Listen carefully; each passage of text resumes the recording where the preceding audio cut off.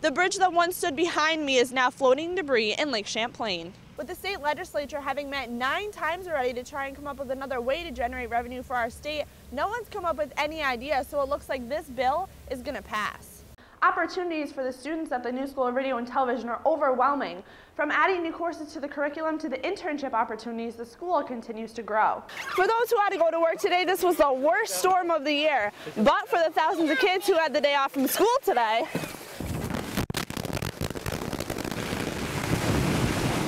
the best day of the year.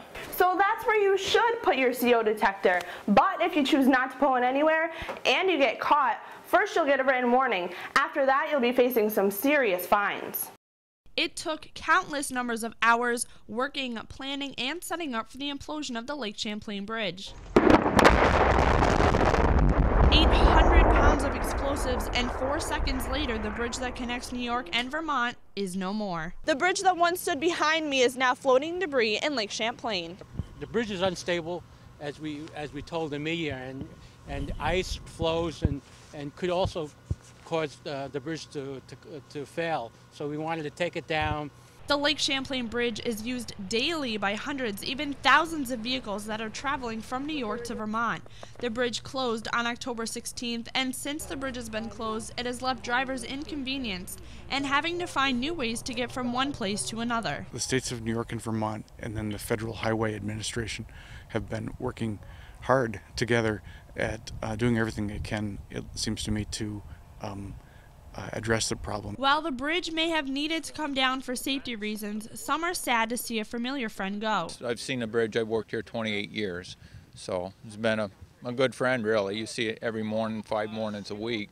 You kind of hate to see it go. The new bridge is set to be done in August of 2011, with construction beginning this coming spring. Cleanup began just moments after the bridge fell, and it's sure to be a long haul for workers. Now New York and Vermont's only connector is the waiting of the completion of the new bridge. In Crown Point, Nicole Hart, NSRT News. Good morning and welcome to Friday's edition of NSRT News. I'm Nicole Hart. Police in Watervliet received a call about 1:20 Saturday morning. A 20-year-old male with several stab wounds was found in a first-floor unit on 8th Avenue. The man was taken to Albany Medical Center. Later that night, police arrested 22-year-old Raymond Booth of Cohoes in his Andrew Lane apartment. Booth was taken to Albany County Correctional Facility without bail. In the wake of the recession, store closings are not letting up in 2010. There are a number of retail stores that you might be surprised to hear are closing their doors for good and adding to the jobless rates in the country. The downtown Albany YMCA is in danger. An ultimatum has been issued to its members and others in the community that if more people don't join the facility, it will close for good. Demand for classes cycles up and down depending on unemployment rates. Enrollment declined in economic boom years of 2004 through 2006. Toyota has announced it's recalling an additional 1 million cars because of problems with the floor mats. This was after the company stopped production and halted sales on 8 other cars because of troubles with the accelerator getting stuck. An autopsy is scheduled for this morning for a 56-year-old woman who was found dead on the first floor of her home in Schenectady. Police say a relative came home to 402 Division Street and found Jawanti Mangar. Neighbors say she lived at the home with her husband and 3 children. She had been living in Schenectady for 4 years. The family is from Guyana and her husband is there right now. Police won't say how she was killed. Albany School Superintendent Eva Joseph says she's moving on to something else after 12 years in that school district.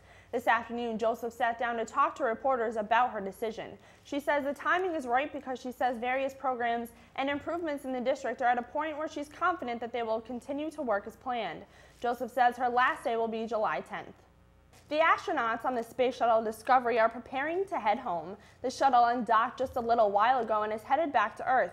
Discovery will be bringing back 5 months worth of science experiments from the space station. The crew is due back in Florida on Saturday. Local heroes were given pieces of history to honor them for their services. I was able to go to the ceremony. Check it out. The people that are here tonight are the best of the best. It is truly a privilege to work and to serve with them. Thousands of hours of rigorous training and moments they will never forget make up the Urban Search and Rescue Team New York Task Force 2.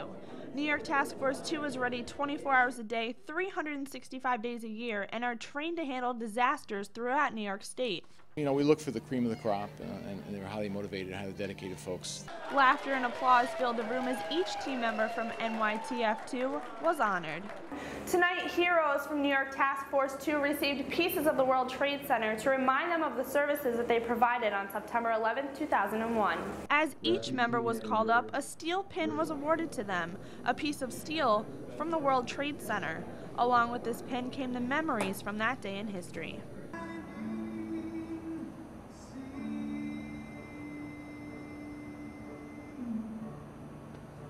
It's very easy for the public to forget the role that search and rescue plays. Nobody really thinks about us on a daily basis. These team members can now wear these pins proudly and know that they made a difference.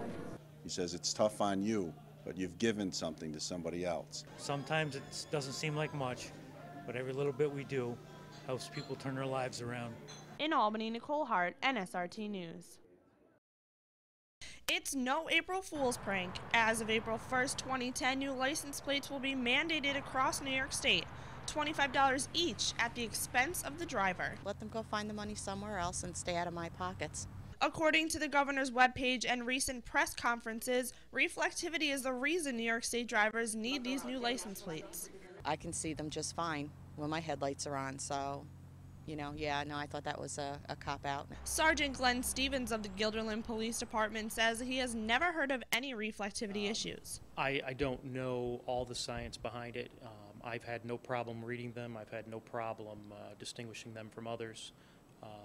I don't see that it'll affect my job all that much. With the state legislature having met 9 times already to try and come up with another way to generate revenue for our state, no one's come up with any ideas, so it looks like this bill is going to pass. Don't tell us that it's a safety issue, and now it isn't, because if it is a safety issue, then why change your mind about it? So that's what bothers me the most about it, is tell us up front you want to raise $120 million, but don't tell us it's a safety issue. Whether the plate bill passes or not, it's clear that drivers are not welcoming the idea. For now, we will just have to wait and see what other reflections the changing times bring. In Albany, Nicole Hart, NSRT News.